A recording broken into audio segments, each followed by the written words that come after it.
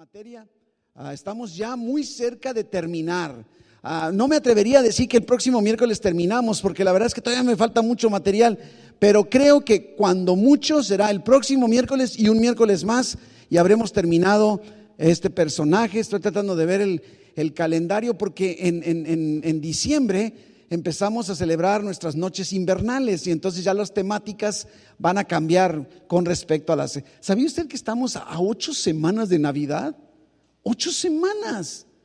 8 semanas, aunque te extrañen. Ya sé que no celebras a Santa Claus, pero 8 semanas, sí. Es que ya estamos con el tiempo encima. Pero bueno, vamos entrando una vez más aquí. Nos estamos concentrando en el segundo libro de Samuel, que es principalmente donde encontramos la historia de este famosísimo rey David. Y ahorita, de alguna forma, una de las temáticas que va a girar en el estudio de hoy tiene que ver con los problemas en la familia. Los problemas dentro de la familia. Inclusive podríamos decir que son el pan de cada día. No son cosas raras. Creo que todos hemos experimentado en nuestras familias algún tipo de problemas, algún tipo de circunstancias de alguna manera. Y podríamos clasificar estos problemas familiares de dos tipos de problemas que dependerían de la fuente, o sea, de dónde vienen. Si vienen los problemas por causas externas, o sea, de alguien más, o vienen por causas internas. Ahora, cuando son por causas externas, imagínense, por ejemplo, una familia que de repente se le quema su casa. No tuvo nada que ver con la familia, a menos que haya sido un niño travieso, incendiario, ¿verdad? Pero si no, o sea, fue un problema que llegó, afectó a la familia, transformó, trastornó la vida, les afecta. Pero es de afuera, ¿verdad? De alguna manera. La enfermedad crónica de un ser querido, como lo que ahorita escuchamos en la suegra de Leo, no depende de ellos. No es porque alguien se portó mal, no es porque alguien hizo algo indebido. Simple y sencillamente llegó la enfermedad. Y cuando los problemas vienen así de fuera, usualmente lo que provocan es más unidad en la familia que división. Cuando hay problemas que afectan a toda una, o sea, se quema la casa de una familia, ¿y qué provoca? Unidad. Vamos a orar, y están todos juntos y se aman y se adoran y se buscan y piden juntos en oración y van a la iglesia juntos. Algunos empiezan a ir a la iglesia, no, pero de alguna manera es ese punto. Pero cuando vienen de afuera, ¿sí? Cuando los problemas vienen de afuera, ¿sí? Digo de adentro, perdón, la cosa es totalmente distinta. Cuando un padre, un papá o mamá se comporta neciamente, eso es interno. Cuando uno de los hijos de la familia se pone en rebeldía, cuando papá y mamá se pelean, son más difíciles de enfrentar esos problemas. Y especialmente cuando vienen esos con resultados como consecuencias del pecado de uno de los miembros de la familia. Eso es interno, no es externo. Inclusive debemos tener mucho cuidado, porque vivimos tiempos en los que se ha abusado acerca del tema de la gracia. Se ha ido a un extremo. Se ha predicado una gracia que no es bíblica. Muchos están enseñando que si tú arreglas las cuentas con Dios, entonces no vas a experimentar las consecuencias de lo que hiciste. Eso es una gran mentira. La Biblia no enseña eso en ninguna parte. Dios no te promete que al perdonarte, tu problema se acaba. Y para eso le voy aunque esto es en el Nuevo Testamento, el libro de Gálatas, en el capítulo 6, versículo 6. Sí, un pasaje muy conocido y no debemos perderlo de vista, sobre todo, mi hermano, ponga atención, sobre todo cuando estamos decidiendo hacer algo o no hacerlo. Y dice Gálatas 6:6, no os engañéis. Dios no puede ser burlado. No te engañes. No dejes que te engañen. No puedes burlar a Dios. ¿Y a qué se refiere? Dice, pues todo lo que el hombre sembrare, eso también segará. Y dice el versículo 8, porque el que siembra para su carne, de la carne segará corrupción. Pero el que siembra para el Espíritu, lógicamente del Espíritu segará para vida eterna. Debemos entender una cosa: si pones una semilla de manzanas, ¿qué vas a cosechar? Manzanas. Sería absurdo que vinieras y digas: aquí tengo una semilla de manzana y quiero que salgan cerezas. Digo, tendrías que estar demasiado dañado. Pero ¿te has fijado que en muchas ocasiones en la vida así somos? Estamos sembrando una semilla y queremos que salga el fruto bonito. Digo, espérate. Otra cosa que normalmente sucede: venimos por... El otro día hablaba con una muchachita que está en un proceso de restauración y precisamente se desesperaba. Y le digo: entiéndeme una cosa, mujer. Tienes toda tu vida, aunque estés joven, tienes toda tu vida que has estado sembrando una semilla que te ha producido el fruto que hoy estás cosechando, y apenas tienes poquito tiempo sembrando una nueva semilla y no le estás dando tiempo a que brote el nuevo fruto. Pero independientemente de eso, tenemos que entender que este aspecto es una realidad. Vivir bajo la gracia de Dios, significa que Dios, ¿sí?, al perdonarte, no te va a aniquilar, no te va a consumir. Vivir bajo la gracia significa que Dios te va a enfrentar, a fortalecer, a capacitar para poder enfrentar las consecuencias de aquello que hiciste, aunque esté perdonado. Sí me doy a entender. Esto es fundamental, porque a veces es que Dios es tan lindo, qué bueno que es lindo. Es más, claro que lo es. Pero el asesino de todas maneras tendrá que purgar su sentencia en la cárcel.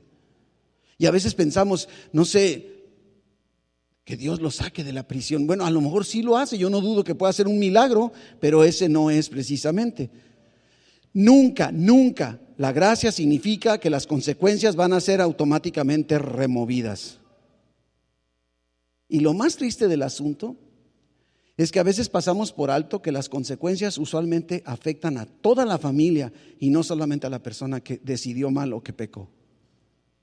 Lo hemos venido diciendo: nadie peca aisladamente. No podemos decir como aquella canción de antaño que decía: es mi vida y puedo hacer lo que yo quiera con ella. No es cierto, no podemos pensar eso. No podemos pensar así, ¿sí? Y este pasaje de Gálatas nos enseña que el dolor de la cosecha, ¿sí?, opaca el placer de la siembra. Realmente es eso. No podemos negarlo. Mi hermano, el pecado es agradable. Si no fuera agradable, no pecaríamos. Si no somos masoquistas. Pecamos en lo que pecamos porque nos agrada pecar, porque se siente sabroso. O sea, hablar del prójimo, ¿verdad? Me doy a entender, produce satisfacción. Yo he platicado con ustedes que en una ocasión estaba en la casa de unos hermanos un domingo después del culto, y entonces a la hora de que empezamos a comer en esa casa, yo les decía: bueno, no hablemos de los demás, ¿sí? Y dice uno de los miembros de ahí: ¿y entonces de qué vamos a hablar? Como que ya es pan cotidiano, se siente sabroso. El postre con cafecito, vamos a hablar de Gil. Sí. ¿Me doy a entender? Ese es el punto. Si no fuera atractivo pecar, no pecaríamos. Pero el punto es que tenemos que comprender que el dolor de la cosecha, ¿sí?, el dolor de la cosecha debe lógicamente opacar, o va a opacar, el placer de la siembra. Vas a cosechar algo más doloroso que va a pasar por encima del placer que pudiste haber sentido. Siempre vamos a experimentar las consecuencias de lo que hagamos. El punto está que en este concepto de la gracia, inclusive desde niños se nos ha enseñado, lógicamente, hasta cierto punto, que se nos ha entrenado a pecar. Dice: no te preocupes, al cabo que primera de Juan, yo lo he dicho muchas veces, al cabo que primera de Juan 1:9 dice: si confesamos nuestros pecados a Dios, Dios es fiel y justo para perdonar nuestros pecados y para limpiarnos de toda maldad. ¿Y de veras? Entonces puedo pecar y luego le pido perdón y entonces me perdona y me limpia. Ok, o sea, eso puedo hacer. Y el punto está en que por ahí no. También dice Romanos 6:12, dice: no reine pues el pecado en tu cuerpo mortal, de modo que lo obedezcas en sus concupiscencias, ni tampoco presentes tus miembros al pecado como instrumentos de iniquidad. Y mejor, en vez de esto, preséntate a ti mismo, a Dios, como vivo de entre los muertos, y tus miembros a Dios como instrumentos de justicia. Este debe ser el principio del cual debemos vivir como cristianos. Y sí es cierto, el de primera, pues está en la palabra de Dios, es verdadero. Si confesamos, Él nos perdona porque Él es fiel y Él es justo, claro que sí. Pero el punto no es, bueno, voy a pecar y luego le confieso. El punto es no presentes tus miembros al pecado, ¿no? Y como vimos la vez pasada, David pecó. Y aún y cuando lo reconoce, ¿sí? Vamos retomando ahí, porque de ahí parte toda la enseñanza de hoy. Segundo de Samuel, en el capítulo 12, versículo 10. Segundo de Samuel 12:10. Y dice que entonces, por lo cual, ahora, o sea, una vez que, ¿se acuerda que el profeta confronta a David y le dice, tú eres ese hombre, tú eres el que adulteraste, tú eres el que asesinaste, ¿se acuerda? Y entonces le está diciendo la consecuencia. Dice, por lo cual ahora no se apartará. Y miren la palabra, yo la tengo subrayada, jamás. Oiga, esta palabra es radical. No dice de vez en cuando, a veces, a lo mejor, quién sabe, no. Jamás se apartará de tu casa la espada. Por cuanto me menospreciaste, dice Dios, y tomaste la mujer de Urías Eteo para que fuese tu mujer. Ahora decías, entonces, ¿qué le queda a David? ¿Qué le queda a David? Mi hermano, tu objetivo y el mío, cuando ya pecamos, se trata no de buscar eliminar las consecuencias de lo que hicimos, sino asegurarnos de restaurar nuestra relación con Dios. Y será de Dios la respuesta si te quita las consecuencias o permite que suceda. No sé si me doy a entender. El versículo 13, segundo de Samuel 12:13, fíjese lo que le dice. La respuesta, ¿se acuerda que dijimos? David reconoce, dice, pequé contra Jehová. Está confesando, está reconociendo, está arrepentido. Y Natán, a nombre de Dios, le dijo, también Jehová ha remitido tu pecado, no morirás. ¿Sí? O sea, en pocas palabras, Dios ya te perdonó. Te arrepentiste, ya te perdonó. ¿Sí? Pero de todas maneras, la espada jamás se apartará de tu casa. ¿Se fija? Las consecuencias, y esto es bien importante porque tendemos a confundir o encimar. Pensamos que el ladrón, vamos a poner el ejemplo porque aquí no hay, o el asesino que está en la cárcel porque asesinó, pensamos que mientras sigue en la cárcel Dios no lo ha perdonado. No, puede estar súper perdonado, bien perdonado, y no necesariamente tiene que salir de la cárcel. Esto es fundamental. Ahora, nosotros, gracias a Dios, no estamos a lo mejor en el caso extremo de la cárcel, pero cuántas consecuencias estamos experimentando hoy como resultado de lo que hicimos. Y eso no necesariamente quiere decir que Dios no te ha perdonado, y tampoco quiere decir que Dios te está castigando y se ensañó contra ti. Sí me doy a entender, esto es doctrina fundamental. ¿Cómo podemos obtener del Antiguo Testamento inclusive, no? Entonces, en realidad Natán le está diciendo en pocas palabras, Dios ya perdonó tus pecados, pero de todas maneras vas a experimentar las consecuencias. Dios te ha perdonado, pero los problemas apenas empiezan, ¿sí? Decía un autor de un libro que leí, decía, la confesión y el perdón no son la forma para detener la cosecha. No son la forma para detener. Tú podrás decir, yo quería sembrar cerezas y sembré manzanas y ahora tengo que comer manzanas, pero yo quiero ir a sembrar. Por más que te arrepientas, tendrás que comer manzanas hasta que vuelvas a sembrar otra semilla y brote lo que quieres, ¿sí? Y no olvidemos que como cristianos ya no tenemos que pecar, tenemos la opción. Pecamos realmente porque queremos pecar. Ahora, vamos rápidamente a ver cuáles fueron las consecuencias en la vida de David. Y esto es como para que reflexionemos, porque otra vez, no perdamos de vista en todo esto que vamos a ver que David ya está perdonado. Es más, nos vamos a encontrar con el rey David en el cielo. ¿Sí sabías eso? Lo más seguro, es más, porque lo dice. Pero no perdamos de vista entonces por las consecuencias como que David no tiene perdón de Dios porque ya lo tuvo. Número 1, primera de las consecuencias, y le voy a llevar a 2 de Samuel 12:15.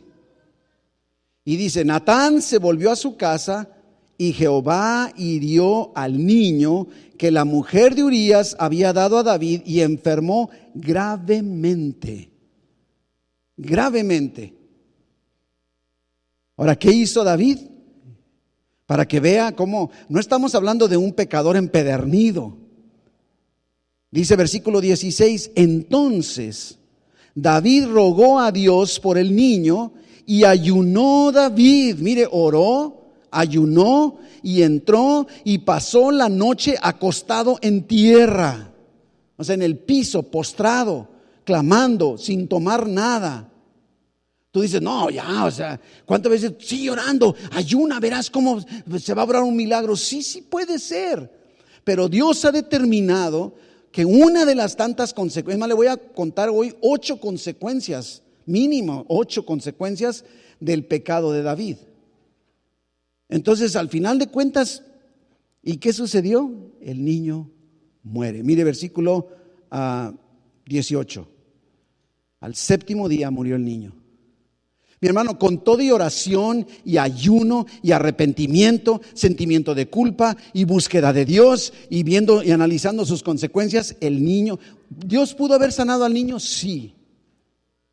Pero de todas maneras, insisto, David está perdonado, el niño muere. Es la primera consecuencia. Es la primera consecuencia. Y mire, yo no sé cómo pienses tú, pero con un hijo, tú podrás esperar lo que sea. Podrás esperar que a lo mejor tus papás mueran. Es más, es esperarse que tus papás, que son de más años que tú, mueran primero que tú. Pero que pienses en la muerte de un hijo, o sea, como que no lo esperas. No es lógico. No es lógico. Pero eso fue parte de todo. Es más, de alguna manera, ¿qué esperabas? Hasta podría sonar lógico. Ahora, Dios no está castigando a David, ¿sí? A David. Muy importante. Fíjese que me gusta porque no dice de alguna manera que es un castigo, pero sí dice que Dios fue el que llevó la enfermedad al niño. ¿Sí? No es un castigo. Al 7º día, versículo 18, el niño murió. Y temían los siervos de David hacerle saber que el niño había muerto, diciendo entre sí, cuando el niño aún vivía, le hablábamos y no quería oír nuestra voz. Cuanto más se afligirá si le decimos que el niño ha muerto. Mi hermano, ni el arrepentirse, ni el ser perdonado, ni orar, ni ayunar eliminó las consecuencias. El niño de todas maneras murió. De todas maneras murió. Segunda consecuencia, ¿sí? Vámonos al capítulo 13, segundo de Samuel 13:1. Aconteció después de esto, que teniendo Absalón, hijo de David, una hermana hermosa que se llamaba Tamar, se enamoró de ella Amnón, el hijo de David. Y estaba Amnón angustiado hasta enfermarse por Tamar su hermana, pues por ser ella virgen le parecía a Amnón que sería difícil hacerle cosa alguna. Ahora, primero, empecemos a darnos cuenta, esto no nada más tiene que ver con el pecado de adulterio y de asesinato, con Betsabé y con Urías. Esto tiene que ver cuando, ¿te acuerdas que ya lo vimos? Dios le había dicho que a los reyes no deberían tener tantas mujeres. O sea, David tiene tantas esposas que tiene medios hermanos por todas partes. Sus hijos no todos son de la misma mamá. Entonces tenemos aquí esta mujer, esta muchacha, lógicamente Tamar, es hermana de otro que es Absalón, de la misma mamá, pero Amnón es medio hermano, es hijo de David, pero no de la misma mamá. Y empiezan los problemas. Es consecuencia. Si David se hubiera quedado a lo mejor solo con la primera mujer, o a lo mejor con Abigail, ¿se acuerda? O bueno, con Betsabé, pero oiga, y no nomás se conformó con esa, sino tenía todo un harem, ¿se acuerda? Concubinas. Tiene un ejército yo creo que armaba toda una población con puros hijos. Y el problema se está viniendo, ¿no? Y todavía Amnón tiene un amiguito, Jonadab, que lo aconseja y le dice, mira, ¿sabes qué? Tú no te preocupes, fíngete enfermo y que venga a verte, y cuando venga a verte, pues te aprovechas. Qué consejo tan hermoso de los amigos, sobre todo porque vamos a hablar también del tema de la amistad.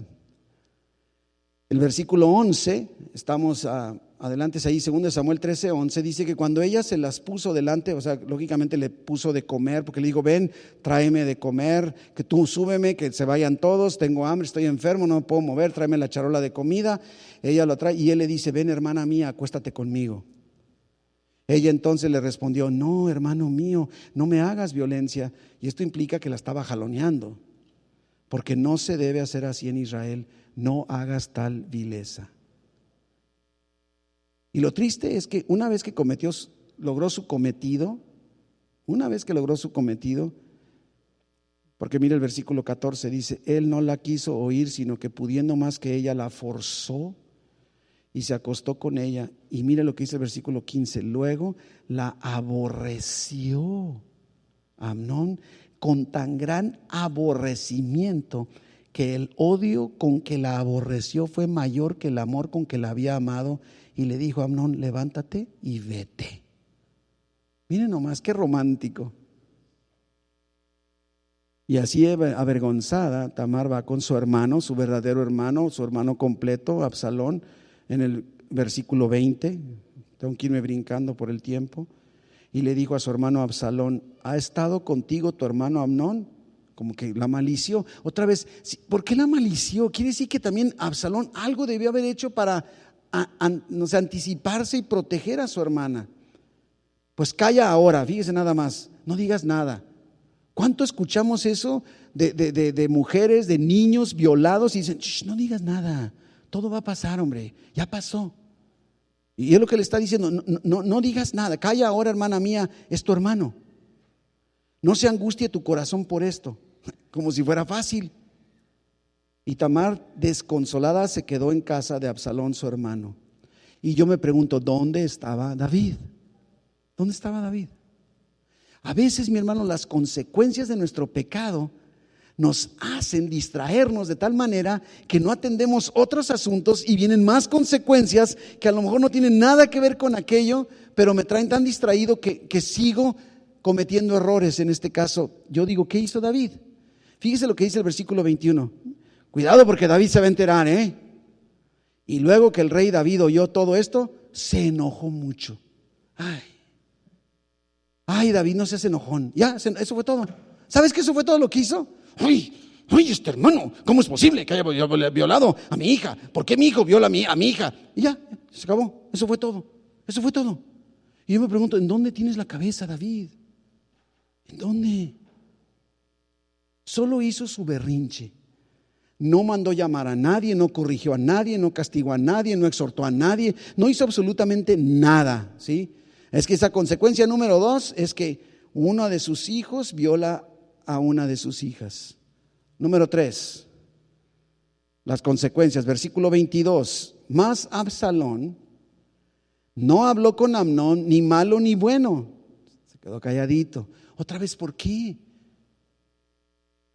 Aunque Absalón aborrecía a Amnón porque había forzado a Tamar, su hermana. Mis hermanos, es de suma importancia lo importante y lo trascendente que es lo que como papás hagamos o dejemos de hacer. David no está haciendo nada al respecto. David parece que está protegiendo a Amnón. ¿Se acuerda inclusive en Génesis cuando Jacob tiene como consentido a José el soñador? ¿Y qué provoca? Los hermanos de José no lo podían soportar, lo odiaban al grado que quisieron matarlo. Cuando como papás no actuamos como debemos actuar, vamos a provocar más consecuencias. Y algo que podemos ver de estas es que una consecuencia provoca otras más. Porque mire todo este enredo, esto parece una novela. Versículo 23. Aconteció que pasados yo hubiera pensado 2 días, ¿no? No, 2 años. Oiga, sí está leyendo bien, 2 años. Ahora imagínense la mente de Absalón. 2 años. Me imagino a Absalón así como: ¿cómo le haré? A ver, un plan, ¿cómo le hago? Tengo que tomar venganza. Algo se tiene que hacer. 2 años trató o estuvo intentando planear. ¿Y qué fue lo que hizo? Absalón tenía esquiladores en Baal-Hazor, que está junto a Efraín, y convidó a Absalón a todos los hijos del rey. Ay, qué lindo Absalón. Ay, este hijo Absalón, qué lindo, ¿verdad? Es bien cariñoso con todos sus hermanos. David debió haber maliciado, ¿sí? Por si esto fuera poco, pareciera como que David tenía en su mente todo menos esto. y no se da cuenta de lo sospechoso del comportamiento de su hijo Absalón. Debemos estar tan atentos, tan atentos. Y como papás, digo, los que somos papás podemos entender que no es tan fácil que nos hagan tontos nuestros hijos.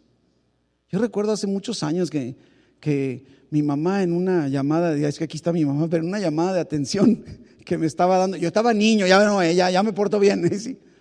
Y me decía, hijo, es que tú con tus ojos me dices todo. Yo ya no quería ver a mi mamá, ¿sí? Sí me doy a entender de alguna, o sea, me conocía mi mamá también, que decía, en pocas palabras, hijito, no me engañas. Realmente es eso. ¿Y por qué? Porque de alguna manera estaba atenta a la formación éramos 8, de los 8, atenta a la formación, al grado que dijera, hay algo aquí sospechoso en ti, Enrique, ven para acá. Y es importante que no perdamos de vista, porque David parece que no se da cuenta. Era para pensar, a ver, Absalón, son medios hermanos, no ha dicho nada. A ver, a lo mejor, a ver, Absalón, déjame ver tus ojos. No sé, yo me pongo.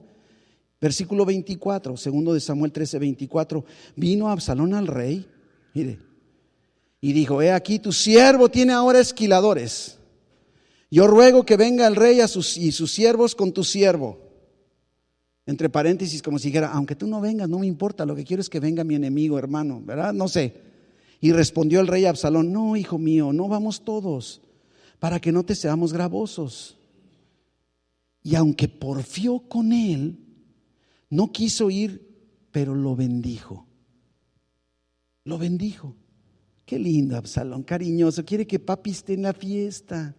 Entonces dijo Absalón, mire, el foco rojo. Era para que empezara en el tablero de la vida de David. Un foco rojo timbrando. Lo que dice Absalón, pues si no, te ruego que venga con nosotros. ¿Quién? Amnón. Tan lindo mi hermano, que quiero tanto, que violó a mi hermana, pero lo quiero tanto, tan lindo, ¿me das permiso que venga? Sí. Y el rey le respondió, ¿para qué ha de ir contigo? Ay, mira, David, te estás poniendo las pilas. Pero como Absalón le importunaba, dejó ir con él a Amnón y a todos los hijos del rey. David se está dejando manipular por sus hijos. ¿Se fija que una cosa está trayendo otra? Y todo es cumplimiento de la palabra de Dios. Nunca se apartará de tu casa la espada. ¿Sí? Así es que vemos como consecuencia número 3, un hermano odia a otro hermano, o sea, odios entre hermanos. Número 4, el plan de Absalón entra en acción. Y aquí vamos a ver, un hermano asesina a otro de sus hermanos. Versículo 28. Y Absalón había dado orden a sus criados diciendo, mire, había dado, o sea, ya tiene todo listo. Os ruego que miréis cuando el corazón de Amnón esté alegre por el vino, emborráchenlo por favor. Y al decir yo, herid a Amnón, entonces matadle. Y no temáis, pues yo os lo he mandado. Y mira lo que todavía, esforzaos pues y sed valientes. Y los criados de Absalón hicieron con Amnón como Absalón les había mandado. Entonces se levantaron todos los hijos del rey y montaron cada uno en su mula y huyeron. Estando ellos aún en el camino, llegó a David el rumor que decía que Absalón había dado muerte a todos los hijos del rey y ninguno de ellos había quedado.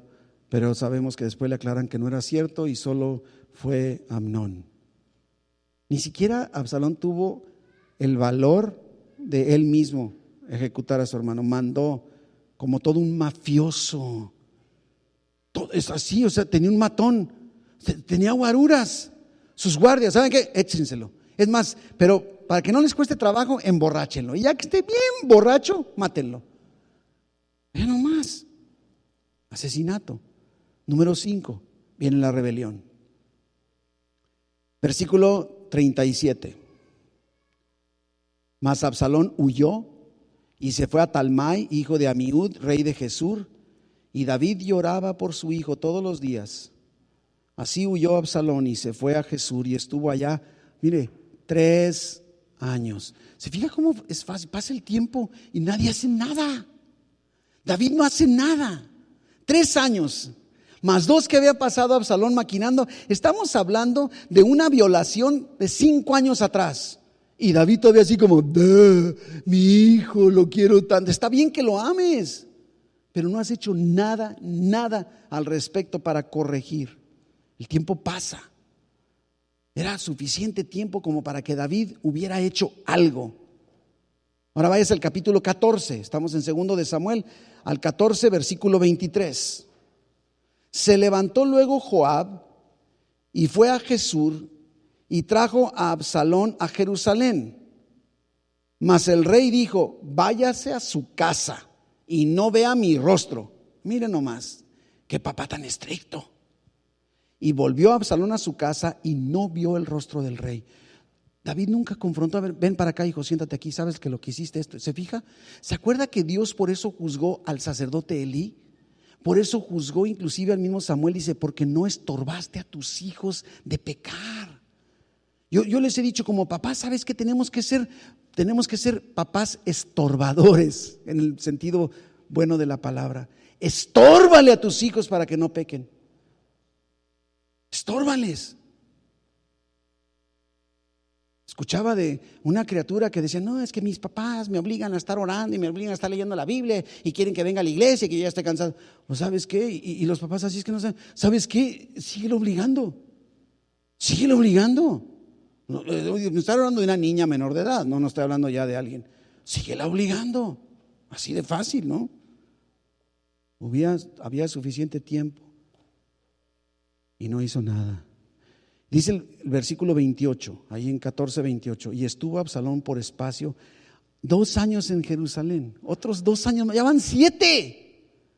Van 7 años desde una violación. ¿Ya lo vio? Y no vio el rostro del rey. 2 años. 2 años.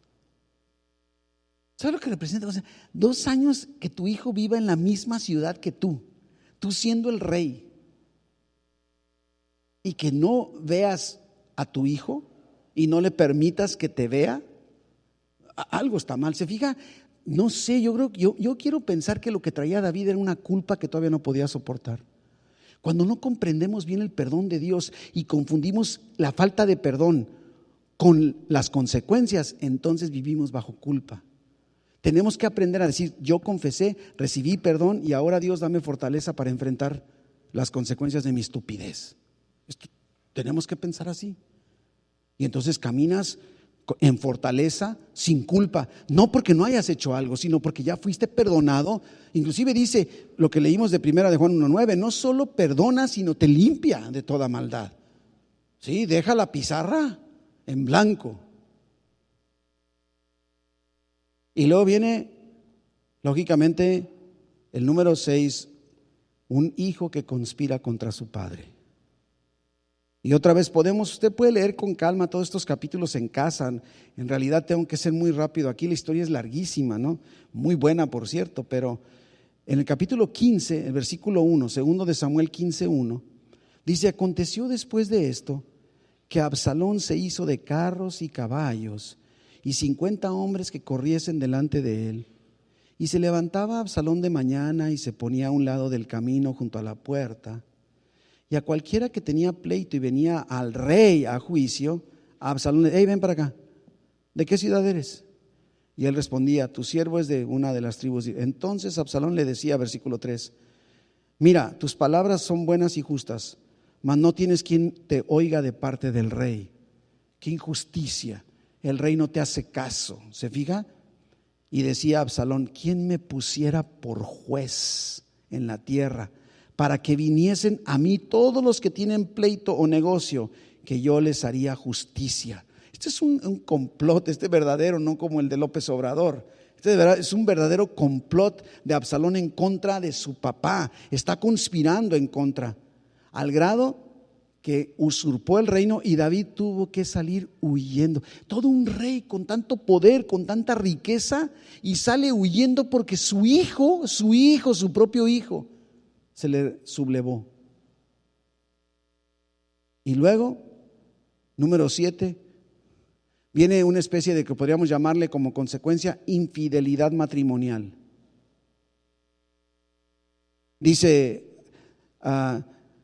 cuando Natán le lanza las consecuencias en el capítulo 12 a David, le dice precisamente, ¿sí?, que va a tomar a las mujeres delante de sus ojos, a las mujeres de David, ¿sí?, y se las va a dar a tu prójimo, ¿sí?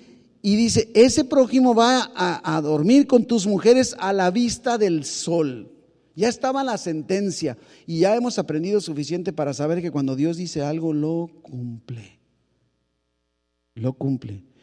Esta es una consecuencia que fue específicamente anunciada por Dios. Segundo de Samuel capítulo 16, segundo de Samuel 16, 21, dice, y Ahitofel le dijo a Absalón, Ahitofel es un consejero, medio profeta, y le dice, llégate a las concubinas de tu padre, o sea, duerme con ellas, dice, esas concubinas que él dejó para guardar la casa. Y todo el pueblo de Israel oirá que te has hecho aborrecible a tu padre, y así se fortalecerán las manos de todos los que están contigo. Y miren lo que dice versículo 22, entonces pusieron para Absalón una tienda sobre el terrado, y se llegó a Absalón a las concubinas de su padre, ante los ojos de todo Israel. Ante los ojos. ¿Sabe qué me sorprende? ¿Dónde empezó el pecado de David con Betsabé? En el terrado, en la terraza, en la azotea. ¿Y en dónde sucedió esto? En la azotea. ¿Qué? A lo mejor en la misma azotea en donde David andaba de mirón años atrás. Y luego la última de las 8 consecuencias que comparto con usted hoy, su hijo Absalón es asesinado. El capítulo 18, segundo de Samuel 18, versículo 14. Y respondió Joab, no malgastaré mi tiempo contigo, porque estaba diciendo el general Joab, mátenlo. ¿Se acuerda ese pasaje tan interesante que el cabello era tan abundante en Absalón que se quedó atorado en unas ramas y está colgado de los pelos? Ahora sí que de los pelos, está atorado en las ramas, está colgado ahí. Y tomando, hablando de Joab, 3 dardos en su mano, los clavó en el corazón de Absalón, quien estaba aún vivo en medio de la encina. Y 10 jóvenes escuderos de Joab rodearon e hirieron a Absalón y acabaron de matarle. Yo digo, qué triste la situación en la que se encontraba David en este momento, ¿no cree? Todas estas 8 consecuencias y quién sabe cuántas más. Porque yo me pregunto, ¿cuántos problemas familiares estarían sucediendo durante todo este tiempo, pero que la Biblia no nos platica todo? Imagínense si nos platicara todo, con tantas esposas y tantos hijos, vaya usted a saber todo lo que estaba sucediendo. Qué triste situación. Yo creo que David estaba de alguna manera consumido por la culpa, con una familia desmoronándose, si no es que desmoronada, perdiendo el respeto y la autoridad de todo el pueblo. ¿Dónde quedó el David? Aquel David que venció a Goliat. Y podemos regresar un momento al punto en el que David sale de la ciudad huyendo de su hijo Absalón, ¿sí? Vamos regresándonos tantito en el capítulo 15, segundo de Samuel 15, versículo 16. Ahí va de salida. Cuando Absalón usurpa el trono, David se ve obligado a salir de la ciudad para que su propio hijo no lo mate. Fíjese nada más, el rey del pueblo de Dios sale huyendo para que su propio hijo no lo mate. Salió con toda su familia. Mire nada más. Se fija cómo las consecuencias de nuestro pecado afectan. La familia pudo haber dicho, ¿yo qué tengo que andar viajando? Si yo tenía mi recámara para mí solito y tenía la televisión y mi Nintendo ahí, yo tenía acá mi cable más y no sé qué, me doy a entender. Y ahora no sé, yo tenía mi bicicleta y tenía mi patineta y ahora tengo que salir. Están sufriendo las consecuencias. Y dejó el rey 10 mujeres concubinas para que guardasen la casa. Son las 10 que acabamos de leer, ¿no? Salió pues el rey con todo el pueblo que le seguía. Se fijan, no solo su familia, también los más allegados del pueblo, ahí van. Y dice que se detuvieron en un lugar distante. Fíjese que en otra versión de la Biblia dice, se detuvieron en la última casa de la ciudad. Me imagino así ya en las afueras. Me imagino a David así, ay, Jerusalén, Jerusalén.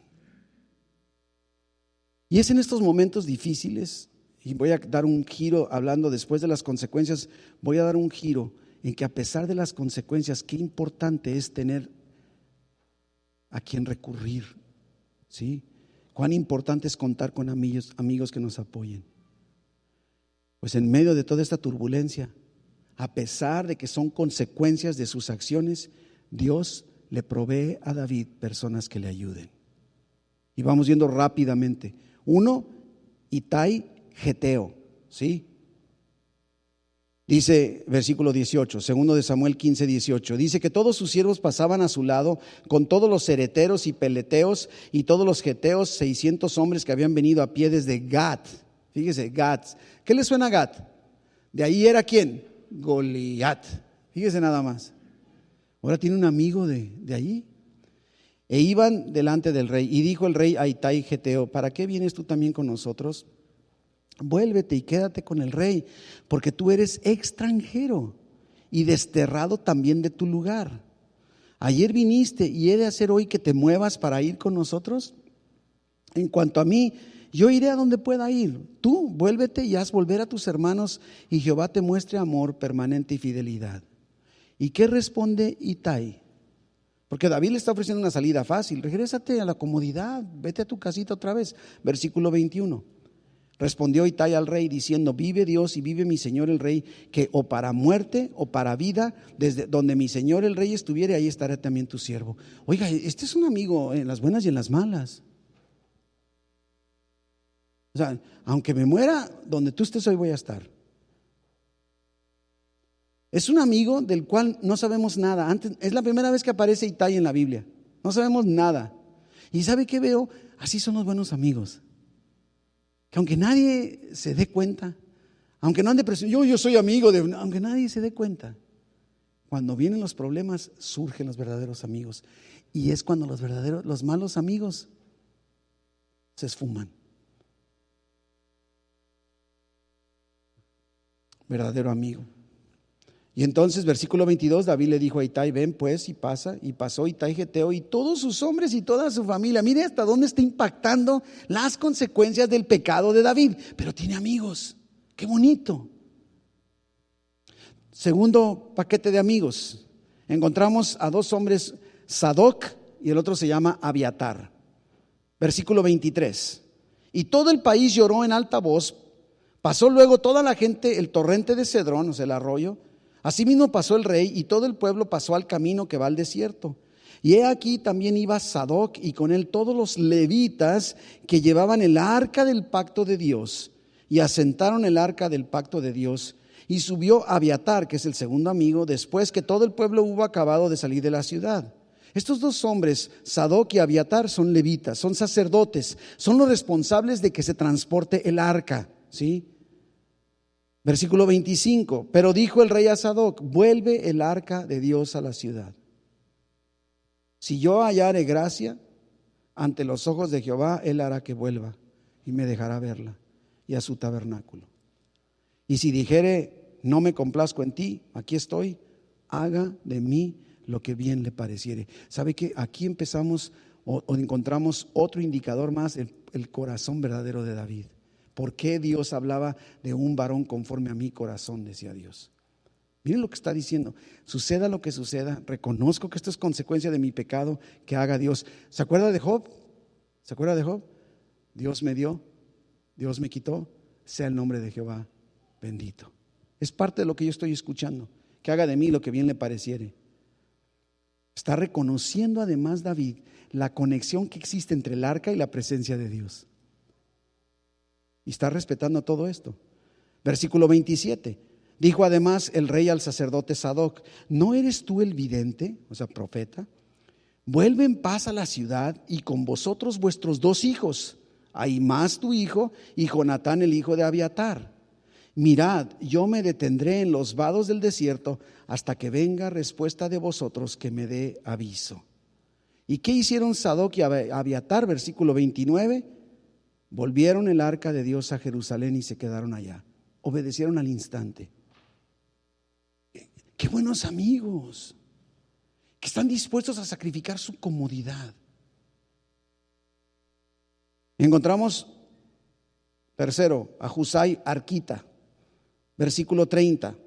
Y David subió la cuesta de los olivos y la subió llorando. No es para menos, ¿verdad? Llevando la cabeza cubierta y los pies descalzos. También todo el pueblo que tenía consigo cubrió cada uno su cabeza e iban llorando mientras subían.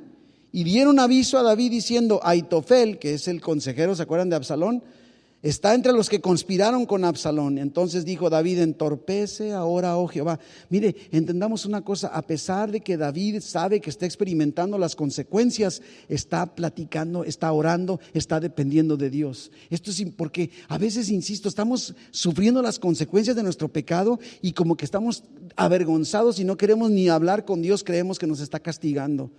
David está sufriendo, está doliendo y él está pidiendo: Dios, entorpece el consejo de este hombre. Versículo 32, cuando David llegó a la cumbre del monte para adorar ahí a Dios, he aquí Husai arquita, que le salió al encuentro, rasgados sus vestidos y tierra sobre su cabeza.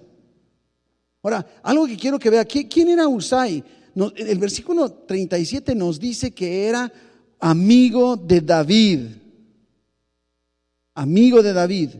Y David le encarga a su amigo una tarea. Versículo 33. Y le dijo David: si pasares conmigo me serás carga. Mas si volvieres a la ciudad y dijeres a Absalón: rey, yo seré tu siervo, como hasta aquí he sido siervo de tu padre, así seré ahora siervo tuyo. Entonces tú harás nulo el consejo de Aitofel. ¿No estarán allí contigo los sacerdotes Sadoc y Abiatar, que por cierto son mis amigos? Por tanto, todo lo que oyeres en la casa del rey, se lo comunicarás a los sacerdotes Sadoc y Abiatar. Ya está armando todo un sistema de espionaje, se fija, con los amigos. Y he aquí que están con ellos sus dos hijos, Ahimaas el de Sadoc y Jonatán el de Abiatar. Por medio de ellos me enviarás aviso de todo lo que oyereis. Fíjese, mira, cuando cultivas una amistad no sabes en qué momento va a ser de bendición, en momentos difíciles. Otro paquete de amigos con nombres medio raros de aquel entonces, ¿verdad? Sobi, Maquir y Barzilai. Vámonos a 2 de Samuel 17, vaya, se brinques al capítulo 17, versículo 27. Dice: luego que David llegó a Mahanaim, Sobi, el hijo de Naas de Rabá, de los hijos de Amnón, Maquir, el hijo de Amiel de Lodebar, y Barzilai, galaadita de Rogelim, trajeron a David y al pueblo que estaba con él, mire, camas, tazas, vasijas de barro, trigo, cebada, harina, grano tostado, habas, lentejas, garbanzos tostados, miel, manteca. Ya me dio hambre. Miel, manteca, ovejas y quesos de vaca para que comiesen, porque decían: el pueblo está hambriento y cansado y sediento en el desierto. Ahora, no estamos hablando de una familia de 10, estamos hablando fácil como de 1000 gentes, si no es que muchos más. ¿Saben lo que es llevarle la comida, despensa para 1000? Estaban cansados, sedientos, hambrientos. ¿Y sabe qué me sorprende? Que leemos en la Biblia que Barzilai era un hombre de mucho dinero, pero que era un ancianito de 80 años. Mi hermano, no importa la edad que tengamos, podemos bendecir. Podemos bendecir. Dios me está llevando, ahorita he estado, no sé, estudiando unos pasajes acerca de la vejez, de las canas, y no sé en qué momento Dios, ya lo conozco, pero cuando me empieza a llevar, Dios me va a poner el momento para compartirlo. Pero es importante, no importa la edad, 80 años de edad, y está bendiciendo a su amigo. Quinto paquete, Joab, el general de David, pero tan allegado a él que era como un amigo. Y ahora nos vamos al capítulo 19, aquí ya murió Absalón, ya está de regreso, ahora el rey está de nueva cuenta en la ciudad, y dice que le dieron aviso a Joab. Estoy en 2 de Samuel 19:1. Le dieron aviso a Joab y aquí el rey llora y hace duelo por Absalón. Claro, era su hijo. Pero yo digo, ¿habrá hecho el mismo duelo por Amnón? No nos dice nunca que hizo duelo por Amnón. Y se volvió aquel día la victoria en luto para todo el pueblo. Imagínate, todo el pueblo decía: ganamos, ganamos. Y el rey, ¿y qué pasó? Porque oyó decir el pueblo aquel día que el rey tenía dolor por su hijo. Versículo 3: y entró el pueblo aquel día en la ciudad escondidamente, como suele entrar a escondidas el pueblo avergonzado que ha huido de la batalla. ¿Y qué hace Joab, otro amigo de David? Versículo 4. Dice que el rey, cubierto el rostro, clamaba en alta voz: hijo mío, Absalón, Absalón, hijo mío, hijo mío. Entonces aquí viene el verdadero amigo. Joab vino a la casa del rey, al rey, en la casa, y le dijo: hoy has avergonzado el rostro. Y mire, se necesitaban mucha confianza, muchos pantalones para confrontar a un rey. Hoy has avergonzado el rostro de todos tus siervos, que hoy han librado tu vida y la vida de tus hijos y de tus hijas, y la vida de tus mujeres y la vida de tus concubinas, amando a los que te aborrecen y aborreciendo a los que te aman, porque hoy has declarado que nada te importan tus príncipes y siervos. Pues hoy me has hecho claramente ver que si Absalón viviera, aunque todos nosotros estuviéramos muertos, entonces estarías contento. Levántate pues, mire. No nada más llega: sí, a mí no me amas, amabas más a tu hijo que a mí. No, nada de eso, no, es un verdadero amigo, está confrontando. Levántate pues ahora y ve afuera y habla bondadosamente a tus siervos, o sea, al pueblo, porque juro por Jehová que si no sales, no quedará ni un hombre contigo esta noche, y esto te será peor que todos los males que te han sobrevenido desde tu juventud hasta ahora. Eso es ser un verdadero amigo, que te confronta cuando es necesario ser confrontado. Y lógicamente la confrontación es tan grande al grado que David responde. Ahí dice el versículo 8: se levantó el rey, se sentó a la puerta y le dieron aviso a todo el pueblo. Ahí está el rey sentado a la puerta, y vino todo el pueblo delante del rey. Es que aterricemos ya, se nos acaba el tiempo. Por el lado de las consecuencias, te diría, recordándote: no nos engañemos. Dios no puede ser burlado. No pienses que te vas a salir con la tuya. A lo mejor los demás no se han dado cuenta. Inclusive en Oseas capítulo 8 versículo 7 dice: sembraron viento y torbellino segarán. ¿Qué has estado sembrando en tu diario vivir? ¿Qué has estado sembrando? ¿Viento? ¿Paz? ¿Bendición? No importa lo que hayas pasado, no importa lo que hayas hecho, yo te diría: es tiempo de que te pongas a cuentas con Dios y fajándote, como Dios le dijo a Job: ponte de pie y cíñete, que puedas enfrentar las consecuencias de aquello que hiciste, pero recibe el perdón de Dios y su limpieza. Ponte a cuentas con Dios, no vivas con una culpa falsa. Ven y dile: Dios, yo me arrepiento, independientemente que reconozco que a lo mejor tendré que enfrentar consecuencias, pero te doy gracias porque tú perdonas, por tu gracia, por tu Hijo. Estos son pasos prácticos que debemos dar aprendiendo de David. Y en medio de todo esto nos damos cuenta que necesitamos verdaderos amigos. Los amigos no son opcionales, son esenciales. Necesitamos amigos. Necesitamos gente cerca de nosotros. Pero esos amigos no se dan automáticamente, se cultivan, se van forjando. Y además los amigos nunca, un verdadero amigo nunca es neutral, siempre va a impactar tu vida, aunque sea poquito. Y los amigos pueden venir en diferentes grados. Vivimos en un país hispano, latino, en donde todos son amigos, somos amigos de todos. Pero yo no estoy hablando de amigos como conocidos. Tampoco estoy hablando de amigos casuales. Ni siquiera estoy hablándote de tener amigos cercanos. Te estoy hablando de lo importante, lo necesario es que tengas amigos íntimos, cercanos verdaderamente, que con verte a los ojos digan: algo está pasando, ¿en qué te ayudo? Pero necesitamos forjar esas amistades. No se dan en forma automática. Así que, mi hermano, salgamos de aquí con estas dos enseñanzas que nos muestra la vida de David. Todo lo que siembres vas a cosechar, tristemente. Empecemos entonces a sembrar semilla buena. Sembremos en el Espíritu para que podamos pronto del Espíritu cosechar vida eterna. Y forjemos amistades para que al enfrentar las consecuencias de nuestro pecado tengamos físicamente a alguien cerca de nosotros en quien podamos apoyarnos, que sepamos que estarán orando por nosotros y que podamos saber y ser recordados por estos amigos que tenemos un Dios de amor, un Dios de perdón y un Dios poderoso. Padre, te doy tantas gracias, mi Dios, porque podemos acercarnos a ti confiadamente. Gracias, Señor, por la enseñanza en la vida de David. Te pedimos, Señor, que todo aquello que esté en nuestras vidas en pecado pendiente, que tú traigas perdón. Si es posible, Señor, quita la consecuencia de las acciones de tu pueblo.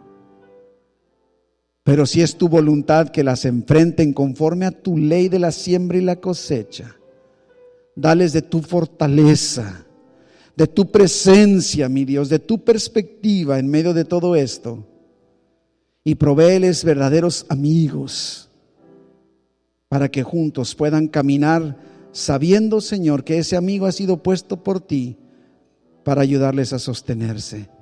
Así bendice a tu pueblo, Señor. Llévales con bien donde quiera que vayan en esta semana, mi Dios. Gracias te damos en el nombre de Jesús. Amén. A ver, ¿qué? Ok, nada más un aviso que me están pidiendo.